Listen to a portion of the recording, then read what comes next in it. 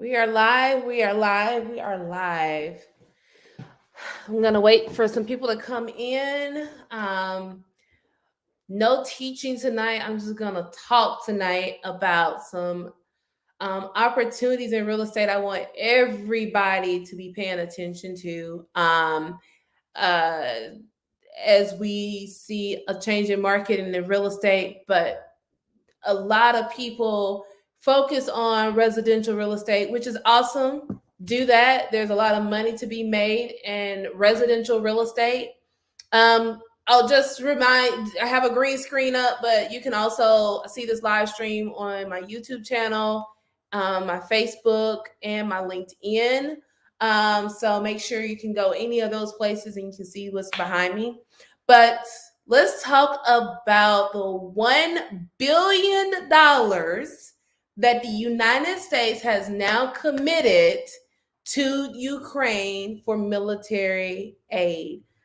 I made a post about this about a month or two ago, maybe more. When they pledged a few million. Then it was like 330 million. Now it's a billion. And I said it then, they're going to pledge more. We're going to be involved in this war. So, what does that mean for real estate? Right? If you are looking to get into real estate, if you're looking to be a developer, if you're looking to be an investor in real estate or just be a part of a deal in real estate, where do you need to focus your money if you have large sums that you can invest to make greater returns and become a multimillionaire as we move toward a war? You need to start looking at industrial real estate. I keep saying, I've said it, I'm doing it. Like, that is my goal, is to have at least one warehouse by the end of this year. And I will have my one warehouse by the end of this year. Because when you think about military aid, there has to be somewhere that you have to store it. What you don't understand is governments, the government actually doesn't own a lot of real estate. Just think about it. They're looking to do tax sales. They're looking to off real estate as much as possible because they're going to get taxes on it anyway. So why own it when you're gonna get charged taxes on it? They don't have to own real estate. What do? They lease it out. Who do they lease it out to? They lease it out to government contractors. Government contractors, these are small businesses that only focus on government contracts, that do business with the government, some of them for years, some of them are just getting started. There's been so many initiatives to get government contractors, especially minorities, to have more government, have contracts with minority-owned businesses. Now you have to go through some steps to be approved to be a government contractor, but let's say you become a government contractor, okay?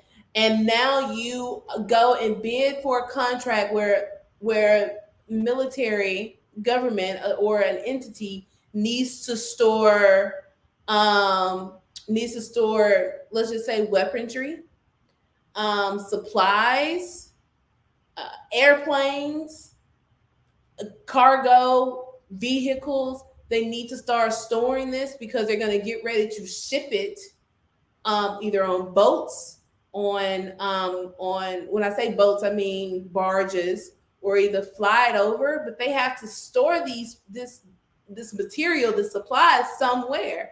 There is a warehouse shortage right now, not just for military stuff, but for a lot of things. That's why you see Amazon has gotten, they're not a e-commerce store. They're a distribution center.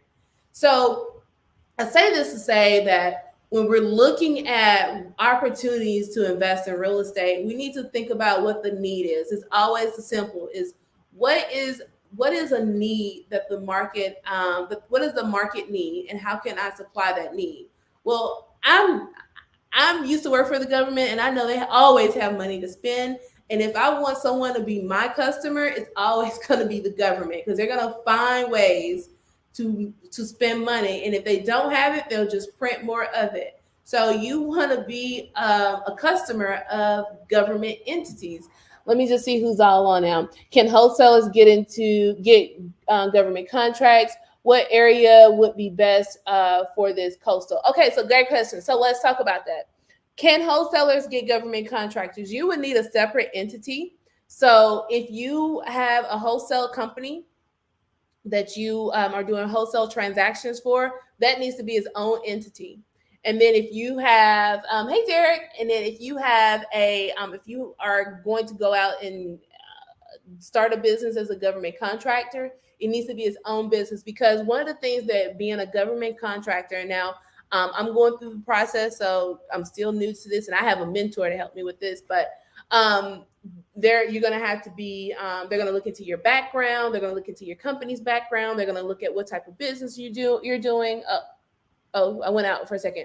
They're going to look at what kind of business you're going to do, because it's a it's a government entity. So the government doesn't want to get in bed with anybody that's doing any fraudulent activities. So that particular entity they're going to even look at who you're currently supplying other what your invoices are. They're going to go through that entire process before you get approved. So if you're doing wholesaling for government contractors, I would say you definitely want to separate those entities, because they're going to go through that entity as itself, like that invoicing or any revenue that you're getting, and then they're going to look at any other revenue that you have coming in to make sure that you are legit. So you want to make sure before you start, you don't want to intertwine businesses when you're starting to become a government contractor. And have your own business as a government to service those contracts, because the government will go through a process to make sure that you are legit and there's no fraudulent activities, and that your taxes are all paid, and that you don't have a lot of delinquencies or bankruptcies. Like, they go through all of that. You have to be legit to be a government contractor. So if you don't have that, you need to get with someone that does have a government that is a company that does contracts with the government, so that you can get in that way, and then you supply them with the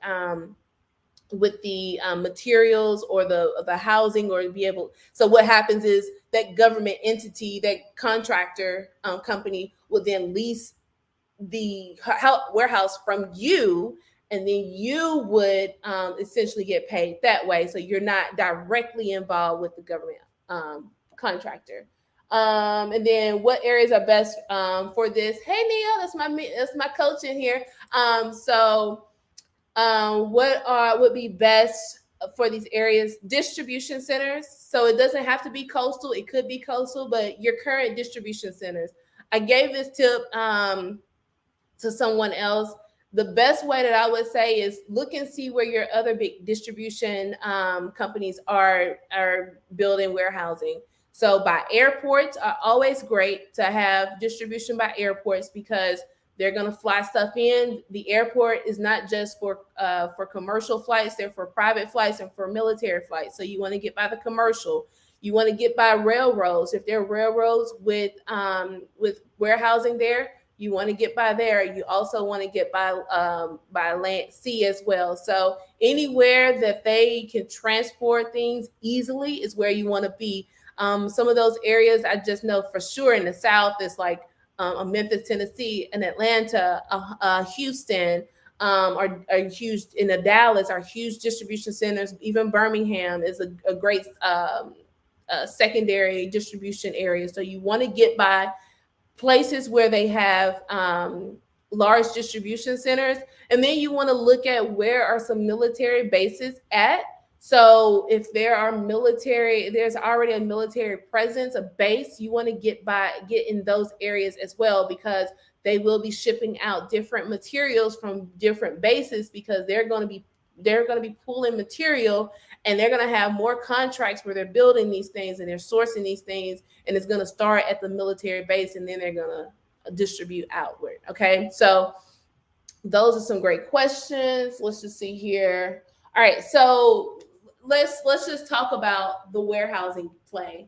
So what we want to do, so we've already established that you either want to get to become a government, you want to be able to accept government contracts. So you're going to start an LLC that can accept government contracts, or you want to link up with someone that is already have government contracts that is approved by the government, and you're going to be a source for them. You're going to go out and you're going to either flip a warehouse, which means that there's a lot of warehouses right now that are sitting vacant. They're just like any other, like a house or any other structure. There are lots of warehouses that are sitting vacant that need to be renovated, and then so some value add, and then lease back out. And a lot of these structures, you can find them on foreclosures because, unfortunately, during the COVID, there are a lot of service based industries that just lost a lot of revenue, and they couldn't sustain the cost to uphold those warehouses. So you're going to find some warehousing on in foreclosure. Loop.net is a great source to find some warehouse space. You also are going to find warehousing just on your MLS. If you go to your commercial or talk to a commercial broker, they usually have information on some vacant warehousing that you can look into buying.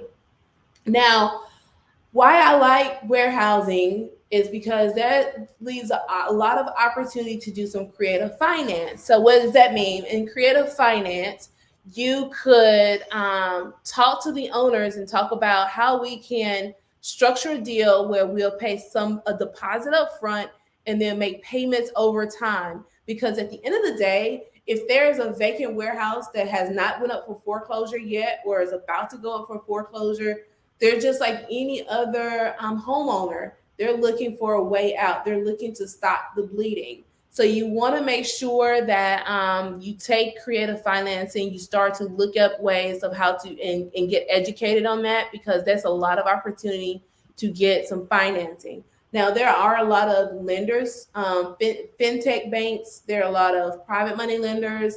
I wouldn't suggest a hard money lender that would lend money to you for warehousing. You have to go through your numbers, but there are a lot of lenders that would love to lend to you on a warehousing because it looks good on their books, and they have a lot of money to lend to real estate deals such as this. Okay, and I'm giving kind of a crash course. I can go deeper into this on like a YouTube video, but I want to have time. Let me see here. Answer some questions. So Jim Harlan. Okay, so I have a trucking dispatching business that I just started, and I need to find a government contract for that. Can you assist me? I know it's not real estate though. I'm learning myself, so I don't want to say I can assist you, but I will tell you where you need to go is to go to govbiz. What is it? Let me look it up. This is govbiz with a Z. Org, I believe it is. No, FBO. It's changed actually. The new site is fbohome.sam.gov. Go to that website. Okay, go to that website, and then what you want to do is just search companies that are in that website that are bidding on contracts, such as for trucking, for distribution, and to call that actual company and tell them that you want to link up with them to get some of these government contracts that they need, because a lot of the times businesses pass on some government contracts just because they don't have the bandwidth to take on as many contracts as the government puts out. So you can use that as a leverage until you learn how to start your own, until you get to the point where you have your own government, your own business that can accept government contracts. You're able to accept government contracts. I will use that as a feed in first, and then you are able to get your own contracts with the government. That's my advice. That's the best advice I can give for this. Can you put this website in the yes, I can. I can put this website in the comment box. Hold on just a second. I don't paste. Boom. Okay, if you're on Instagram, I just put it in the comment box. So you can go to that, search. There's a lot of opportunities out there. and look for any opportunity that you can find to find government contracts. All right. All right, great questions so far. Great questions. You're welcome. All right, so so this is why, and I'm always a reverse engineer person. So I'm saying this because what happens then is now that you have linked up with either you already know what the government is looking as far as a contract, if you're eligible to receive government contracts, or if you have someone that is in need that could fill a government contract if they had the warehousing, now you know exactly where you need to buy the warehouse, how big the warehouse needs to be, and what everything else they would need in order to get that lease. Because let me tell you, these leases from government and in just warehousing in general, and for big industrial companies that have government contracts, or is it a different ball game? I'm talking you make six figures a month just in leasing, and they usually will lease spaces from anywhere. They'll when you sign a contract or a lease with the government or any other big industrial business, they're signing 5-year leases. They're signing 10-year leases. They're signing 20-year leases at maybe 25,000 a month or 50,000 a month, based on the square footage, right, of what they need. So that's why it's really, I mean, this is really great business to be in. This is when you start to get into that next level. This is how you create wealth from yourself. And people need to get outside of the, oh my gosh, it's going to take me $5 million to buy this warehouse. If you haven't learned anything from COVID, how they started printing money and how we've miraculously got $1 billion to send to the Ukraine, numbers are just numbers. Money is just money. Like it's a tool. As long as you have a good deal and you know how you're going to invest it and you know what the return is, it's just money. You talk to the right people, your deal is funded. Trust me on that. Like I've made a lot of people millionaires in real estate, and now this year is my year to make myself a millionaire in real estate because I've learned so much by just being a servant for people. But I want to also, have my own wealth that I can generate for it. Let's take some questions from hey Chris. I want to learn about investment properties. Yes, you should. Chris has always been a super intelligent, highly intelligent person. Like you should definitely be in real estate investment. It would be something that you'll do super well at. So stay linked up with me. We went to high school together. So awesome. Questions. Can I give the link again? Let's see here. There you go. There's the link again. All right, let me just see if I have any other questions that I missed.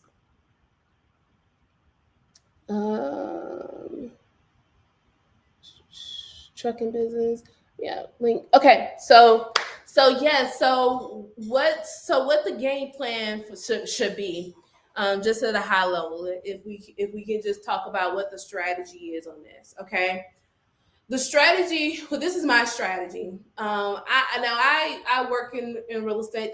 That's all I do is I work primarily on off market deals and mostly development deals, land deals. And so I will look to build, but I'm not going to start out building. I'm going to look to rehab or take over a warehouse that has a distressed owner. So I suggest that be your first step as well, is to look for distressed businesses that are either going out of business or looking to get from out of their assets that they can no longer pay anymore because of lost revenue.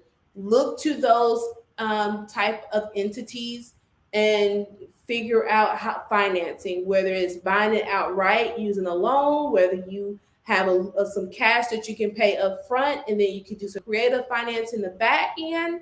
But source a deal first. Source a warehouse deal, and you want to start with at least 50,000 square feet or up.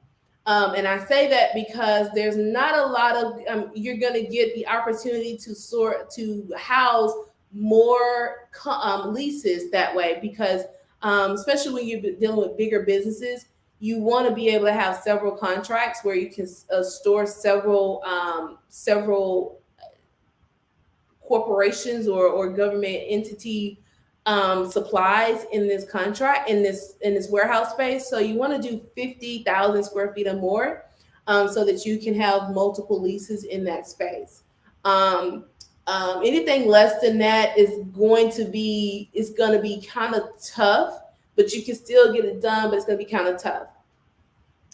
So your potential buyers are obviously, I said, the government, but they're also going to be automobile, because one thing that you should understand too is these large automobile companies have government contracts as well that they have to supply, because they're usually getting either tires, motors, doors, whatever the case. These are the same people that are building our commercial cars, are building our government, our private sector cars as well. So like Toyotas and your Fords, they are also working with the government and have government contracts, and they're going to need to store supplies as well. So you want to look to them as potential tenants for your warehouse space. You want to look to government entities that you can get direct contracts with, and you want to work with other entities that have government contracts that they need fulfilled as well. So those are potentially your source of tenants. And then you want to get with a commercial builder or contractor. And if your warehouse needs improvements, you want to contract them to make the improvements, to get your 3 quotes, go through the scope of work of what needs to be done, and if you need to add on anything, add on something. So you're going to always want your warehouse to have docks. You want to always have your warehouse to have a complete full coolant system, because you never know what your tenant may need to house. It may need to be at a certain temperature, so you want to make sure it's well insulated, wet, so that they can be cooled properly, and you want to make sure it's well secured. I'm talking all the way from not just cameras, but you want to add in some security measures as well if that warehouse doesn't have one, because you want to be able to lease your warehouse out to tenants for the highest and best use. So you want to be able to take anybody into the warehouse, like anything that they need, you have it in your warehouse, kind of like an Airbnb. You want to outfit it for any type of entity. Same thing with warehouse. You want to make sure it has all the elements that you would need, that a tenant would need in order to want to sign a lease with you. And then once you have it ready, or really as you're getting it ready, you want to start putting it on the market to be leased. Whether it's, if you already have a government entity that you know and you have a contract, you'll let them know in the future, because that's the other thing. You don't have to have it ready right now. Some government entities will wait 6 months, 12 months, 18 months, even if you're building it out, just so that they can reserve their spot to be a tenant in that warehouse, because that's how badly they're going to need to store material or supplies in that particular area. So you can have it as you're building it or as you're renovating it. You can go ahead and secure some leases up front. All right, so that's the next step, is you want to start getting it renovated. And as you're renovating it, you're going to go ahead and put the word out that you have, whatever the square footage is, whatever, how many docks it is, any other features to your warehouse. You want to make sure that you put that out, and that so that you can get leases, get it filled up and get it leased out before it's ever ready. Okay.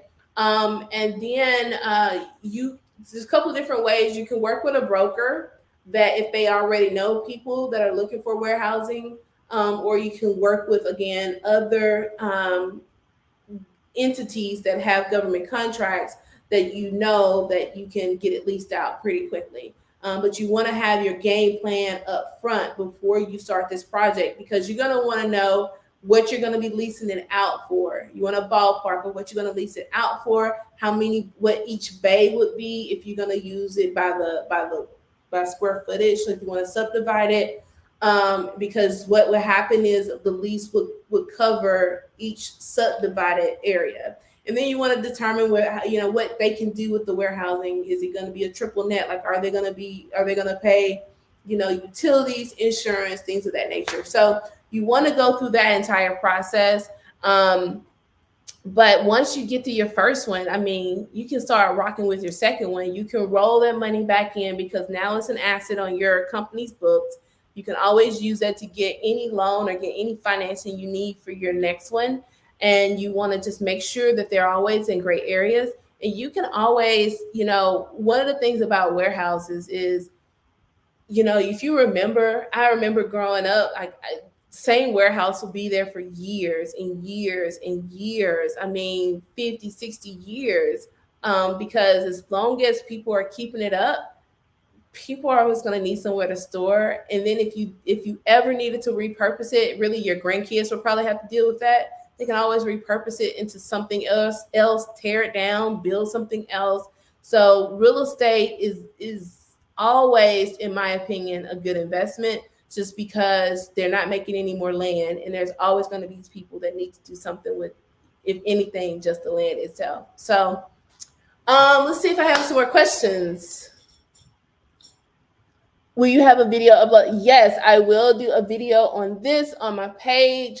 But again, I'm kind of taking you guys through my journey because this is on my vision board. This is one of the things I do, houses, but it's like, okay, I want to get into the big girl game. I want to get into the grown folks game, and that is really taking myself seriously as a real estate investor and really taking my company serious as a real estate investment vehicle, and start diversifying my portfolio, not just in the residential side, but in the industrial side as well, because I don't think enough people talk about the opportunities that we can have in investing in industrial, because we think that because we're talking about multi-million-dollar investments or deals, that is outside of what we can do, when it's not. It's about the deal itself. You can figure out the money part. It's about the deal itself. So I hope this was helpful for people. And let me know if you have any questions, and I will definitely, you're going to see a lot of videos coming from me on YouTube. And I'm going to try to drop as much sauce as I can, and just, share with you what I've learned around on my journey to acquiring my first industrial property. All right. So if you have any questions for me, be sure to DM me and I will get them answered for you. And check me again. You're welcome. I'm glad this was helpful. Check with me again this week. I'll go live and talk about something else involving real estate development. All right. Bye, guys.